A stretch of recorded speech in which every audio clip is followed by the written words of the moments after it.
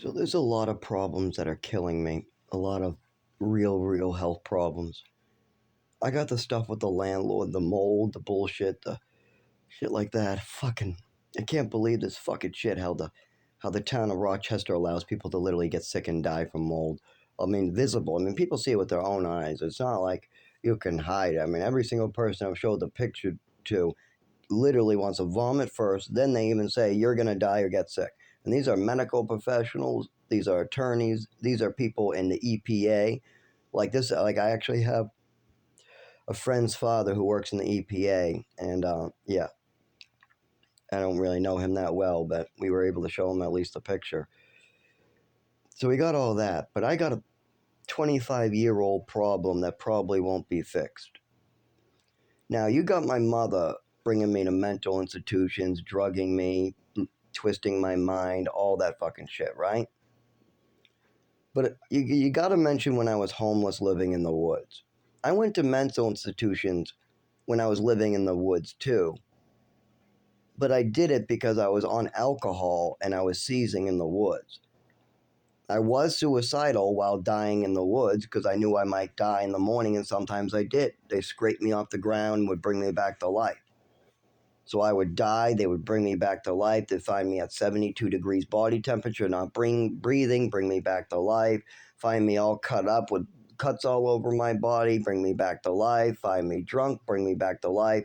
Find me on the ground with no alcohol, bring me back to life. Find me with a seizure, all bloody, no drugs in my system, bring me back to life. This is how it went. So while I was living during winter in 0 degrees in the woods, yeah, I was pretty suicidal. I didn't want to live, I mean. I wasn't trying to kill myself. All I had to do was stay put and I would die. I was literally dying already. I just didn't want to die slowly. I wanted it to either be over or get better and get the help I need.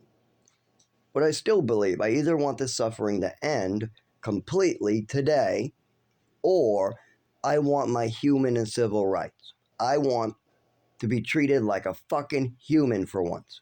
In 25 years, not a single one of my real disabilities has been acknowledged, treated, or even considered. Every single time they hurt me more, they drug me more. Now that started with my mother. She fucked things up good. My mother lied, manipulated, put me on drugs, gave me an OD before any of the doctors knew, trafficked me across states so the doctors had no idea what was going on, then lied to the doctors about my total history, and just my medical records are split up between from age 5. I had trouble breathing and my heart's skipping because of the mold, I'm sorry.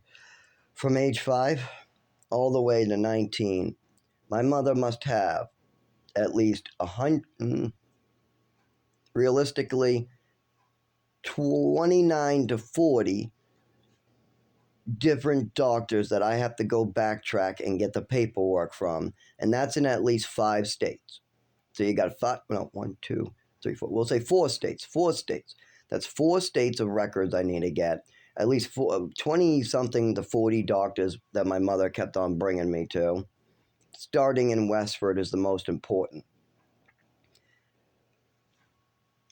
Now, when I'm homeless, what do you think they're writing on my file while they're finding me unconscious, drunk, passed out, telling them I'm depressed and suicidal because I get brought into the hospital and they put me in a psych unit every time.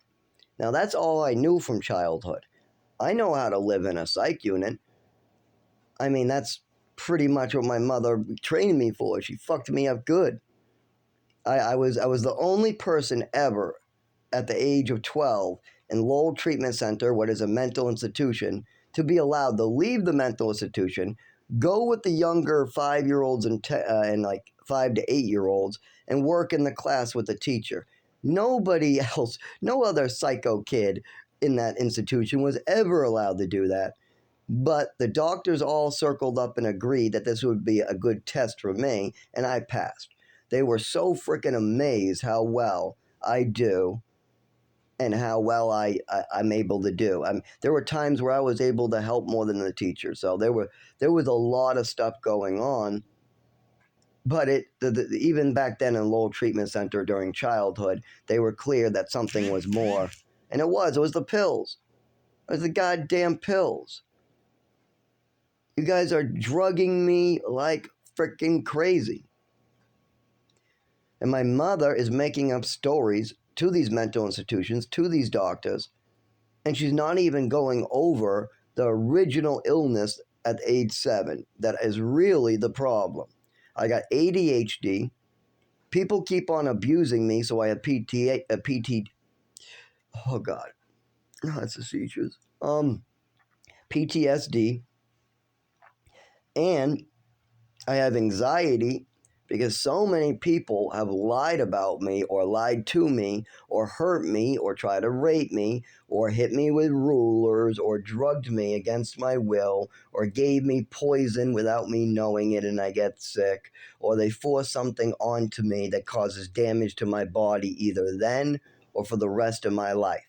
And I've had hundreds and hundreds of these happen. I mean, it's so fucked up in society that an orphan like me can go through so much. I mean, even in the orphanage at age 4, I was held down and given the same medication twice in the same hour because the kid at breakfast next to me put ketchup in my orange juice and went to tell a story with staff. So already we have people holding down a child and forcing double doses of medication in them without knowing what the fuck they're doing. Then you have a mother who gives a child an overdose, calls for help. They tell her to bring me to the emergency room, and instead she leaves me to die on a pile of newspapers. Whew. Then you got full bottles of Epicac. You got doctors figuring this out, and then my mother takes evasive action and moves me around states and starts acting crazy. Starts trying to make me sound crazy right from the get-go, too. Right in Westford, right when I met my mother.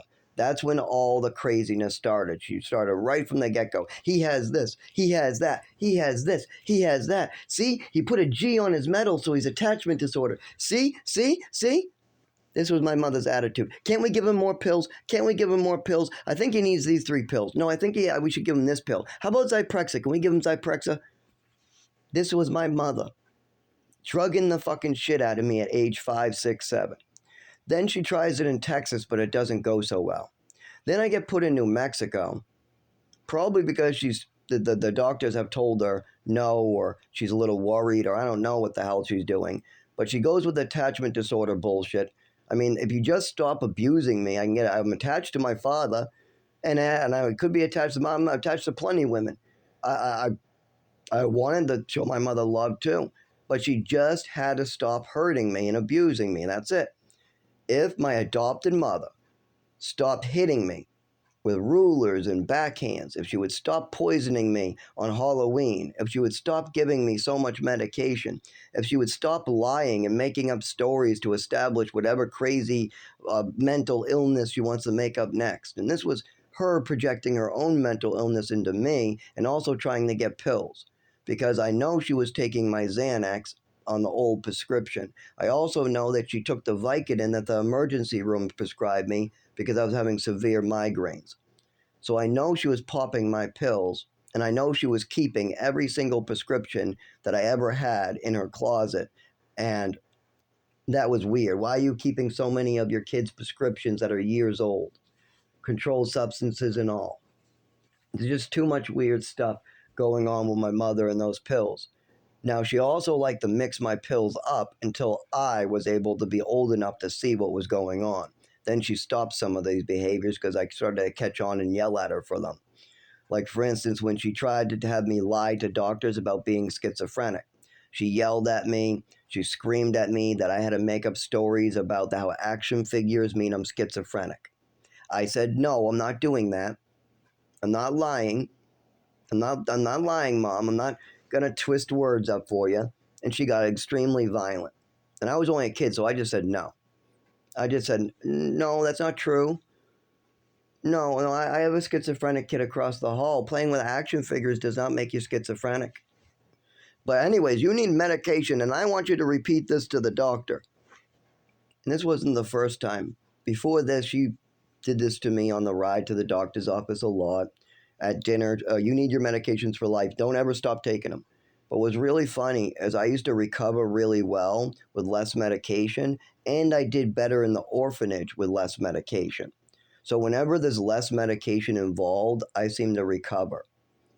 But now I have a permanent neurological disorder. I'll have PTSD for the rest of my life. I have anxiety for the rest of my life, and I was born hyperactive and not really able to focus really well.